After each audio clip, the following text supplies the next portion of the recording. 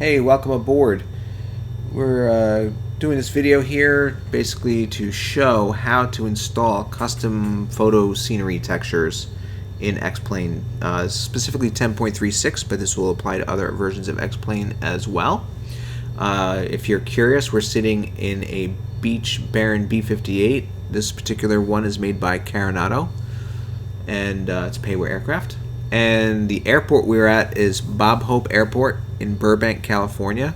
It is actually from a download is for free on xplane.org, made by a contributor called Iced8383. However, I messed around with the scenery a little bit, unrelated to this video, and some of the buildings are not his and some of them are. So his version is actually even better than what you're going to see fully as far as the airport itself. So let's have a look outside.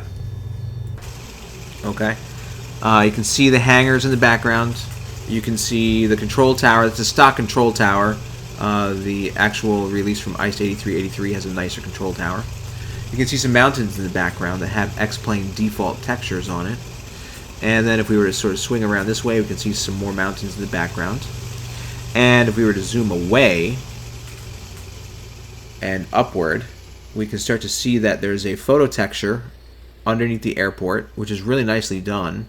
It gives us surrounding roads and neighborhoods as they exist in real life. Okay, so really nice detail in these textures. However, when we go beyond the airport, not too far, the border, we have the standard stock textures that come with X-Plane. So the mountains are covered with regular textures, which are not bad. Okay, they're not bad. It still has a nice, cool photo look to it. Not a photo look to it, but a relatively lifelike look to it, and it's definitely enjoyable. And if your computer can handle turning on more roads and cars and buildings, then you can populate the area and make it look even more realistic. But that takes a lot of CPU power, which my computer does not have. So what to do? Okay, so I'm going to show you how to put in, if you have access to the photo real textures that fill in this area very nicely, let's go ahead and do that. Okay, so what we're going to do is we're going to quit out of X-Plane. And I have this, I'm showing it to you on a Mac, but it's going to be a similar procedure for Windows. I'm not sure about Unix. But I'm going to use one folder to highlight X-Plane itself. So here's X-Plane 10.36 and everything that's inside of it.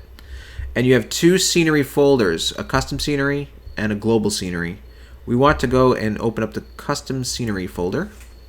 And in that folder, you will see a whole bunch of airports that came with X-Plane, these Aerosoft airports, as well as I've put a bunch of other airports in addition. Alright, so what we want to do is we want to take whatever folders that have photo scenery and put them in the custom scenery folder. So I'm going to take these two, Los Angeles and Seattle, because we're going to talk about both of those, and I'm going to drop it into the custom scenery folder. Oops, making sure that I don't accidentally put them in another folder inside the custom scenery. So let me just make sure I have that highlighted correctly, and we'll just sort of drop it in there, and then we'll verify that we actually put it in correctly. Yes, it's on the bottom of the list because it has the letter Z in front of it, so that's good. Okay, now the next step that we're going to do is we're going to launch X-Plane again. So let's go ahead and do that.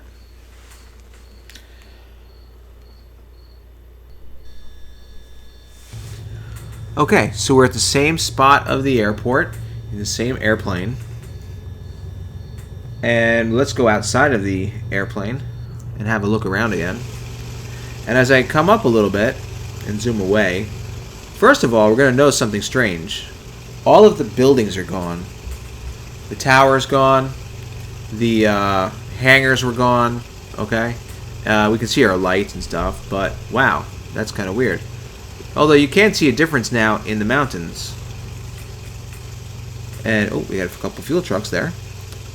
And look at those mountains there, right? And if we zoom out, we're going to see now this really nice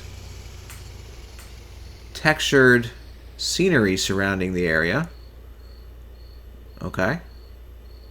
And wow, that's pretty neat. Very nice, actually. Pretty neat. But at what price? We don't want to lose all our custom buildings that we might be downloading from other airport builders. So there was some sort of an error that took place, basically, and we're going to fix that. So we have this beautiful scenery now surrounding the area. Okay. But we've essentially lost all of our hangars and whatnot. So the way you could think of this, the way I've sort of makes sense to me, is that the scenery files we installed acts like a blanket that we brought in. It's like a big blanket that's painted with all these textures. And we put the blanket on top of everything else. We've essentially squashed our hangars, the tower, all of the custom buildings that came with the airports that you might have downloaded are now gone. And we don't want to do that. We want to put the blanket on the bottom, and then we want to put all those cool custom airports and buildings on top of it so that we can see the blanket of nice textures, but yet still have our airport buildings and custom towers and whatnot on top of that. So here's how we do that. First, we're going to quit X-Plane once again. All right. And we need to go back into our custom scenery folder and find this scenerypacks.ini file. We're going to change that to a file that your computer can read. So I put txt on my Mac. Some users might not have to do this. We're going to say yes to changing the extension on the back, and we're going to open it up. And basically what this file is, it's the order in which X-Plane reads everything, but it reads it from the bottom up. So it reads whatever you have on the bottom of the list upward. And notice that the last thing it read and loaded was our new scenery files. So simply what we have to do is highlight them. Okay. And then we're going to cut them, basically copy paste, right? So we're going to do copy. Okay, get rid of them. And then we'll go to the bottom and paste it at the bottom so that it reads that and loads those first. Okay, that's all you got to do. And there's actually going to be a curveball we're going to see in a minute, but let's save that. And I'm going to come back to it in a minute. So we have it saved. X out. Then we come back in and we change txt back to ini. Say yes, we want to use ini. And now we're going to relaunch X-Plane.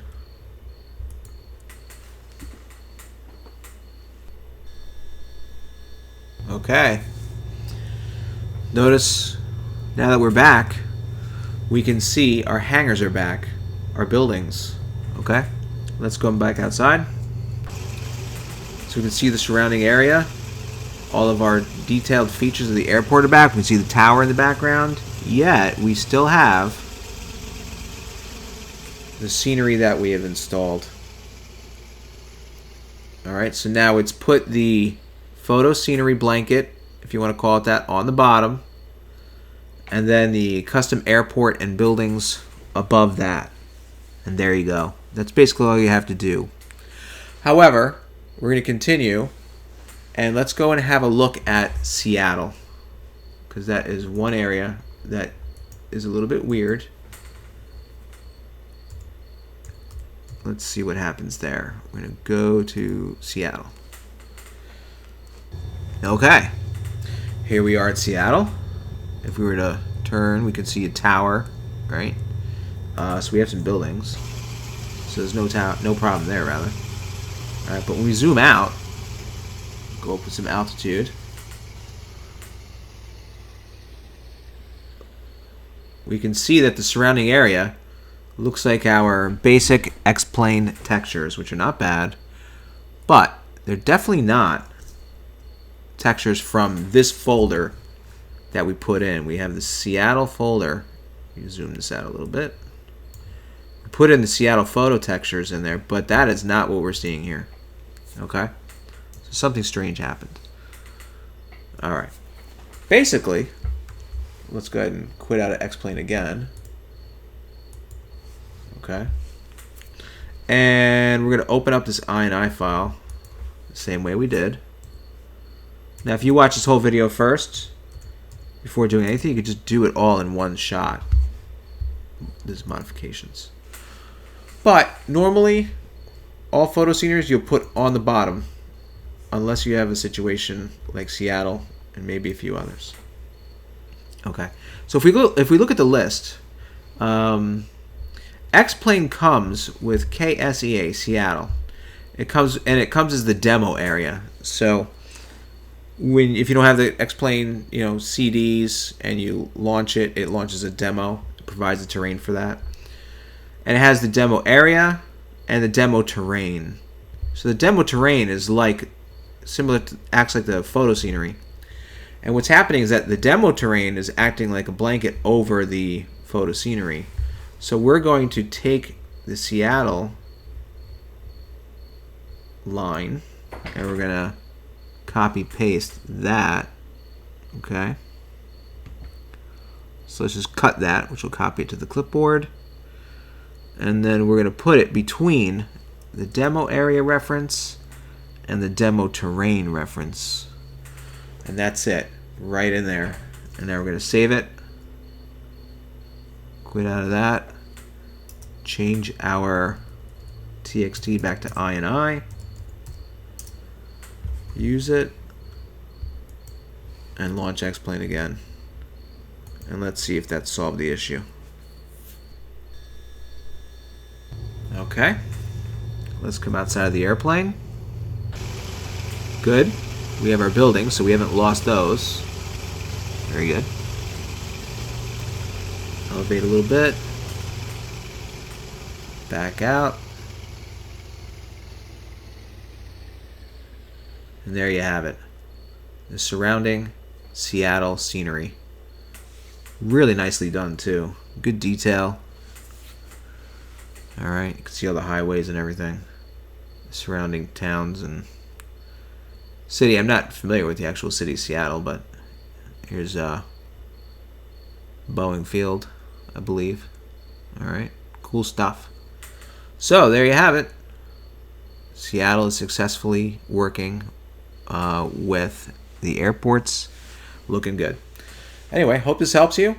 If you have any other scenery issues, that's one area that you can explore is the INI file and see where things are layered and move things around. I always recommend that you make a backup of the original first, as you've heard a million times before you start playing around with it. That way, if you totally screw things up, you can always revert back. So, hope it helped, and thanks for tuning in.